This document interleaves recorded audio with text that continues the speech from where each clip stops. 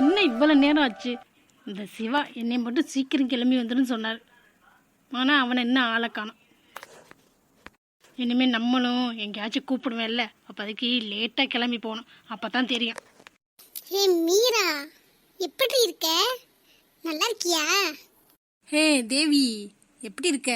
நல்லா இருக்கியா? உன்னையெல்லாம் பார்த்து எவ்வளோ நாளாச்சு. இப்போ எப்படி இருக்க? இவ என்ன விளையாடுறாளா? பார்த்து ரொம்ப நாளாச்சுங்கிறா. நான் போய் தான் இன்விடேஷன் வச்சுட்டு வந்தேன். கல்யாணத்துக்கு கூட வரேன்னு சொன்னா, ஆனால் வரவே இல்லை. சரி, அதுக்கு திட்டலான்னு பார்த்தா இவ என்னடானே என்னை பார்த்து ரொம்ப நாளாச்சுங்கிறா. இவெல்லாம் என்ன கோமால இருந்தாளா? ஏதோ விளையாட்டுக்கு தான் பண்ணுறா போல. சரி, பார்த்துக்கலாம்.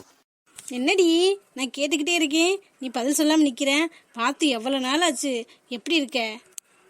என்ன மீரா விளையாடுற? நான் கூட இன்விடேஷன்லாம் கொடுக்க வந்தேன். நீ வரேன்னு சொல்லிட்டு கல்யாணத்துக்கு வரவே இல்லை. அதான் உன்னை பார்த்து திட்டிட்டு போலான்னு பார்த்தா என்னை பார்த்து ரொம்ப நாள் ஆச்சுங்கிற. என்னடி ஆச்சு உனக்கு? நானும் அப்பாவும் தானடி வந்தோம். எனக்கு கல்யாணம் வந்துடும் சொன்னோம்ல, நீங்க கூட சொன்னியே. நானும் என்னோட மாமாவும் சேர்ந்தே வந்துடும் சொன்னேன். இப்போ என்னடானா என்னை பார்த்து ரொம்ப நாள் ஆச்சுங்கிற. நீ என்னோட கல்யாணத்துக்கு வருவேன்னு ரொம்ப எதிர்பார்த்தேன்டி. பார்த்தா நீ வரவே இல்லை.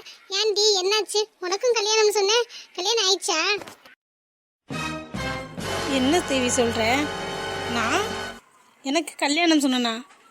என் மாமாவோட வரேன்னு சொன்னனா? என்னடி சொல்கிற? விளையாடாதடி. மீரா, நான் எதுக்கு விளையாட போறேன்? நீனும் உங்க மாமாவும் சின்ன பிள்ளையிலேருந்து லவ் பண்ணிக்கிட்டு இருந்தீங்க. உங்க வீட்டில் கூட வேணான்னு சொன்னாங்க, அதுக்கப்புறம் ஒத்துக்கிட்டாங்கன்னு சொல்லி காலேஜுக்கு ட்ரீட் கொடுத்தியடி. நம்ம கிளாஸ்ல எல்லாருக்கும் ட்ரீட் கொடுத்தியல்ல, பிரியாணிலாம் வாங்கி கொடுத்த. நான் மறப்பண்ணாடி. அதான் நான் உனக்கு பத்திரிக்கை வைக்க வந்தேன். நீ எனக்கு இன்னும் ஒரு வாரத்தில் கல்யாணம், நாங்கள் கல்யாணம் முடிஞ்சதோட ஜோடியே வரோம் உன் கல்யாணத்துக்கு அப்படின்னு நீ தானேடி சொன்னேன். இப்போ என்னடானா உன்னை பார்த்து ரொம்ப நாளாச்சு அப்படி இப்படின்னு எது எதோ சொல்கிற. அது சரி, உனக்கு கல்யாணம் ஆயிடுச்சா? எங்கே உங்கள் ஆளை காணோம்?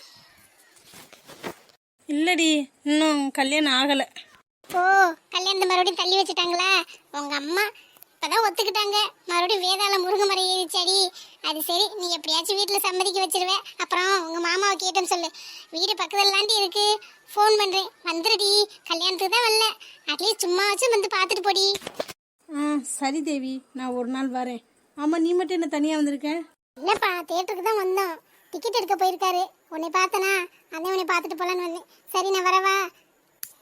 அப்புறம் வீட்டில் எல்லாரையும் கேட்டோன்னு சொல்லு, குறிப்பாக உங்கள் மாமாவை. உங்கள் மாமா பேர் கூட என்னமோ சொல்லுவியேடி. அசோக்கா? ஆமாடி, உங்கள் அசோக் மாமா தான். அவங்களையும் கேட்டோன்னு சொல்லிடு. மறக்காமல் வீட்டுக்கு வந்துடு. கல்யாணத்துக்கு பத்திரிக்கை கொடுக்குறேன். நீ வராமல் இருந்த மாதிரிலாம் நான் வராமல் இருக்க மாட்டேன். கண்டிப்பாக வருவேன். ஏன்னா ட்ரீட் கொடுத்துருக்கீல்ல எல்லாருக்கும், அதனால். சரிடி, சரி, பார்த்து போயிட்டு வா. இவன் என்ன புதுசாக சொல்லிட்டு போகிறா? இதுவுமே நமக்கு ஞாபகம் இல்லையே.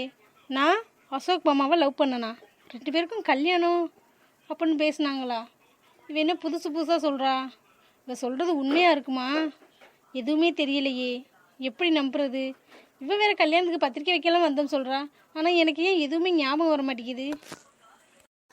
ஒருவேளை நமக்கு தலையில் அடிபட்டு இருந்துச்சு, அதில் எதுவும் மறந்துட்டோமா? அவ்வளோ பெரிய அடிலாம் ஒன்று படலையே மறக்கிற அளவுக்கு. அப்படி மறந்துருந்தா வீட்டில் நான் மறந்துட்டேன் அப்படி இப்படின்னு சொல்லியிருப்பாங்களே. என்னவா இருக்கும்? மீரா, ரொம்ப நேரம் வெயிட் பண்ணுறியா? சாரி, வர வழியில் டிராஃபிக்கில் மாட்டிக்கிட்டேனா? உனக்கு ஃபோன் பண்ணலான்னு பார்த்தேன். சரி, வந்து பேசிக்கலான்னு வந்துட்டேன். எதுவும் கோவம் இல்லை?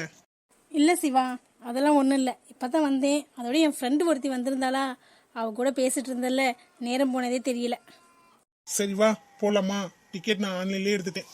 இல்லை சிவா, எனக்கு கொஞ்சம் தலை வலிக்கிற மாதிரி இருக்குது. இன்னொரு நாள் போகலாமா? என்ன மீரா சொல்கிற? டிக்கெட் எடுத்தாச்சு. நான் மட்டும் போனானா இன்னொரு டிக்கெட்டை நான் என்ன பண்ணுறது? உன் ஃப்ரெண்டு யாரையாச்சும் கூட்டிகிட்டு போப்பா. எனக்கு தலைவலியாக இருக்குது. இல்லைன்னா யாராச்சும் கேட்டால் கொடுத்துரு. பைசா கூட நான் பே பண்ணிடுறேன். காசுக்காக சொல்லலை மீரா, படம் பார்க்கணுன்னு தானே வந்தோம். இப்போ இங்கே வந்துட்டு தலைவலிக்குது அப்படின்னு சொன்னால் என்ன? உன் ஃப்ரெண்டு வந்தான்னு சொன்னியே, அவள் ஏதாச்சும் சொன்னாலா? ஆமாம் சிவா, என் ஃப்ரெண்டு வந்து என்னமோ நான் மாமாவை லவ் பண்ணேன், அவங்கள தான் கல்யாணம் பண்ணிக்க போகிறேன்னு சொன்னேன், இன்னும் ஒரு வாரத்தில் கல்யாணம் முடிஞ்சதும் உன் கல்யாணத்துக்கு வரேன்னு சொன்னேன், அப்படி இப்படின்னு ஏதோ சொல்லிட்டு போயிட்டா. எனக்கு என்னன்னே தெரியலை. நான் வீட்டில் போய் முதல்ல அம்மாட்ட கேட்கணும். நமக்குன்னு எங்கேருந்து தான் வருவாங்களோ தெரியல. அன்னைக்கு என்னடானா அவன் அந்த அசோக் பை வந்து சொல்லிட்டு போனேன்.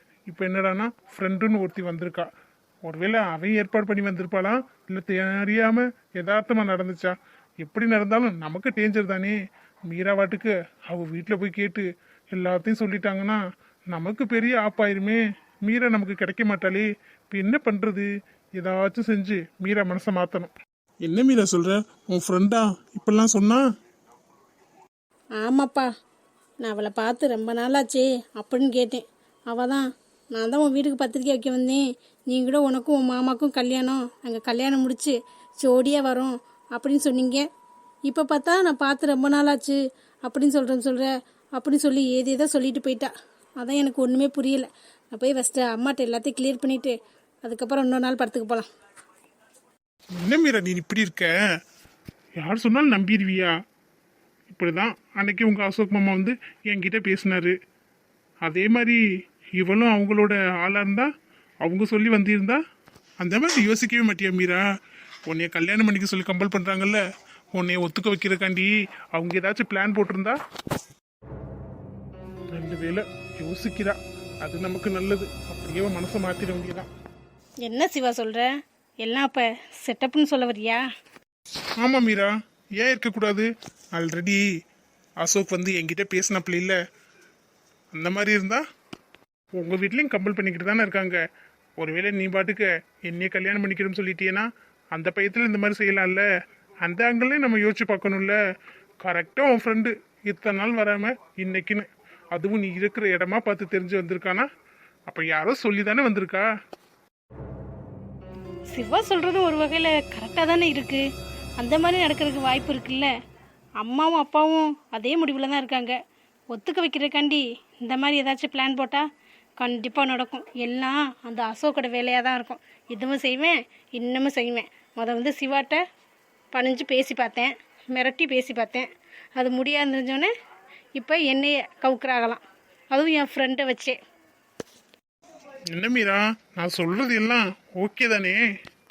ஆமாம் சிவா, நீ சொல்கிறது கரெக்டு தான். நல்ல வேலை நான் இதை யோசிக்கவே இல்லை. நான் பாட்டுக்கு படப்படன்னு போய் அம்மாட்ட கேட்டிருப்பேன். அவங்களும் ஆமான்னு சொல்லி பிடிச்சி கல்யாணம் பண்ணி வச்சுருப்பாங்க. நல்ல வேலை எனக்கு இந்த இது தோணவே இல்லையே. நான் அந்த ஆங்கிளில் யோசிச்சு பார்க்கவே இல்லை. சரி விடு, இப்போ எல்லாம் ஓகே வாயிச்சா, படத்துக்கு போகலாமா? சரி, நான் உள்ளே போகிறேன். ஸ்நாக்ஸ் ஏதாச்சும் வாங்கிட்டு வந்துடு. சரி போ மீரா, ஸ்நாக்ஸ் தானே, நான் வாங்கிட்டு வந்துடுறேன். அப்பாடா, இப்போதான் உயிர் போயிட்டு உயிர் வருது. நமக்குன்னு எங்கேருந்து தான் வாராங்களோ தெரியல. முதல்ல இவன் மனசை மாற்றி இவளை கல்யாணம் பண்ணணும். அம்மா கிட்ட போய் ப்ரெஷர் கொடுத்தாதான் இவங்க வீட்டில் போய் பேசுவாங்க. இவன் ஒத்துக்க மாட்டேங்கிறாளே, ஒத்துக்குன்றவா. இந்த மாதிரி நடக்குதுல்ல, இதை பார்த்து இவ தானா வந்து என்கிட்ட லவ் சொல்லி கல்யாணம் பண்ணிக்கலாமான்னு கேட்பா. அது கூட யாரும் வராமல் இருந்தால் சரிதான். நல்ல வேலை, ஜஸ்ட் மிஸ்ஸு. நான் கொஞ்சம் வராமல் போயிருந்தேன், அவள் வாட்டுக்கு வீட்டில் போய் கேட்டு ஓகே பண்ணி அவனே கல்யாணம் பண்ணிட்டு செட்டில் ஆயிருப்பா. சின்ன வயசுலேருந்து எனக்கு அந்த அசோக்கு கண்டாலே பிடிக்காது. அவன் என்னோட மீராவை லவ் பண்ணி கல்யாணம் பண்ணி சந்தோஷமா இருப்பானா? மீரா எனக்கு மட்டும்தான். மீராக்கு கடைசி வரைக்கும் எதுவும் ஞாபகமே வரக்கூடாது, வரவே விட மாட்டேன். அப்புறம் நான் நினச்ச மாதிரி தானே நடக்கும். எல்லாம் நம்ம நினச்சாதான். இனிமே கடவுள் என்னோட பக்கம் மட்டும்தான் இருப்பார். ஆனால் என்ன, மீராவை கேர்ஃபுல்லாக வாட்ச் பண்ணணும் போல, யார் வந்து பேசுகிறா என்னன்னு. ஒருவேளை அவங்க செட்டப்பாக இருக்கலாம், இல்லாமலும் போகலாம். எதுவாக இருந்தாலும் நமக்கு டேஞ்சர் தான். இப்போ என்னமோ மீரா நான் சொல்கிறத கேட்டு நம்பிட்டா.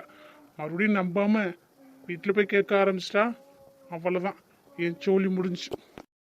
சரி அப்பா, பாட்டி, அண்ணி, நான் கிளம்பவா? அண்ணன் எங்க காணோம்? உங்க அண்ணன் வெளியில போயிட்டாருமா, ஏதோ அர்ஜென்ட் வேலையா, வந்துருவாரு. சரி நீ போ, நான் சொல்லிக்கிறேன். ஆமா தம்பி எங்க? இந்த வெளியில லக்கேஜ் எல்லாம் கொண்டு வைக்கிறாங்க நீ. சரிம்மா ஸ்வேதா, பார்த்து பத்திரமா போயிட்டு வரணும், சரியா? ஆமாம்மா, பார்த்து பத்திரமா போயிட்டு வாங்க. சரிங்கப்பா, அதெல்லாம் ஒன்றும் இல்லை, நாங்கள் பார்த்து பத்திரமா போயிட்டு வரோம்.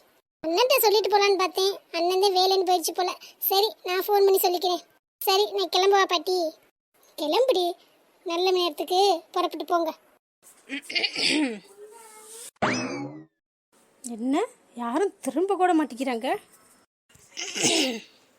என்னடி இப்போ உனக்கு ஒரு மாதிரி இருமை வந்து எதுக்கு இங்கே நின்றுக்கிட்டு இருக்க? போ, இவெல்ல ரூம்குள்ளே தானே இருந்தேன், இப்போ என்ன திடீர்னு வந்திருக்க? என்ன பேசுகிறான்னு ஒட்டு கேட்க வந்திருக்கியா? என்னங்கத்த, நீங்கள் எங்கே நின்று பேசுகிறேன், நானும் கனவா கண்டேன். ரூம்லேயே இருக்க ஒரு மாதிரியா இருக்கேன்னு வெளியில் வந்தேன். ஆமாம், எல்லாரும் கூட்டமாக நிற்கிறியே, என்ன ஸ்வேதா எங்கேயோ கிளம்பிட்ட போல, எங்கே போகிற? நான் எங்கே போனால் உனக்கு என்ன, நான் எங்கேயோ போவேன். என்னடி இவளோட எல்லாம் சேர்ந்துக்கிட்டு இந்த அம்மாவை நல்லா எதிர்த்து பேச கற்றுக்கிட்ட. சின்ன பிள்ளையில அம்மா அம்மான்னு பின்னாடியே வருவேன். இப்போ பாரு அம்மாவை கண்டுக்கிறதே இல்லை. நீங்க அம்மா மாதிரி நடந்துக்கிட்டா நான் எதுக்கு உங்களை கண்டுக்காம போக போறேன்? உங்களுக்கு தான் பெத்தவங்க பிள்ளைங்க மேல பாசமே இருக்காது. யாரு நல்லது செய்வாங்களோ அவங்க மேல பாசமே வராது. சரிடி, இப்போ நீ எங்கே கிளம்பிட்ட? ஏண்டி இப்போ எல்லாத்தையும் உங்ககிட்ட சொல்லிட்டு தான் போகணுமாக்கும். அப்படியே சொன்னா ஆசீர்வாதம் பண்ணி கிழிச்சிருவியோ? இல்லை இல்லை, அவங்க 2 பேரும் மூணார் போகிறாங்க. கல்யாணம் ஆகி வீட்டிலே தானே இருக்காங்க, அதனால தான் அனுப்பிச்சி வச்சோம். ஆமாம், அப்படியே கல்யாணம் முறைப்படி நடந்துருச்சு. இதெல்லாம் அனுப்பிச்சி விடுங்க. இதெல்லாம் தேவையில்லாத வேலை. நானே எப்படா அவனை விரட்டி விடுறேன்னு பார்க்குறேன். நீங்கள் என்னடானா சேர்த்து வைக்கிறதுலே குறியாக இருக்கீங்க. அடே தயவு செஞ்சு உன் பொண்டாட்டியை உள்ளே போக சொல்லிடுடா. எனக்கு வர்ற கோவத்துக்கு பலார்னு ஒன்று விட்டுருவேன். வயசான காலத்தில் அந்த கிளவி இப்படி அடிச்சு பிடிச்சி அப்புன்னு அப்புறம் என்னை திட்டக்கூடாது. மெதுவாக பதார்த்தமாக உன் பொண்டாட்டிட்டு சொல்லி உள்ளே போக சொல்லிடு. சும்மா என் பேத்தி வாழ்க்கையில் தலையிடுற வேலை வச்சுக்க சொல்லாத. அம்மா சொல்கிறாங்கல்ல, காதில் விழுகுதில்ல. போ, ஸ்வேதாக்கு என்ன செய்யணும்னு எனக்கு தெரியும், அம்மாவுக்கும் தெரியும். இந்த அவங்க அண்ணி நிற்கிறாங்க, அவங்க அண்ணன் இருக்காங்க, எல்லாருக்கும் தெரியும். சரியா? உன்னை நாங்கள் கேட்கவே இல்லை. சும்மா நீனா வந்து ஏதாச்சும் பேசிக்கிட்டு அடி வாங்கிட்டு போகாத. மாடி ஸ்வேதா, நீ கிளம்புமா. சரிங்க பாட்டி, நான் கிளம்புறேன். அண்ணன் வந்தான மட்டும் சொல்லிடுங்க. சரி ஸ்வேதா, பார்த்து பத்திரமா போயிட்டு வாங்க. சரி சரி, வாங்க காரில் ஏற்றி விட்டு வழி அனுப்பிச்சிட்டு வருவோம். வர வர இந்த வீட்டில் நம்மளை ஒரு மனுஷியாக கூட மதிக்கிறது இல்லை.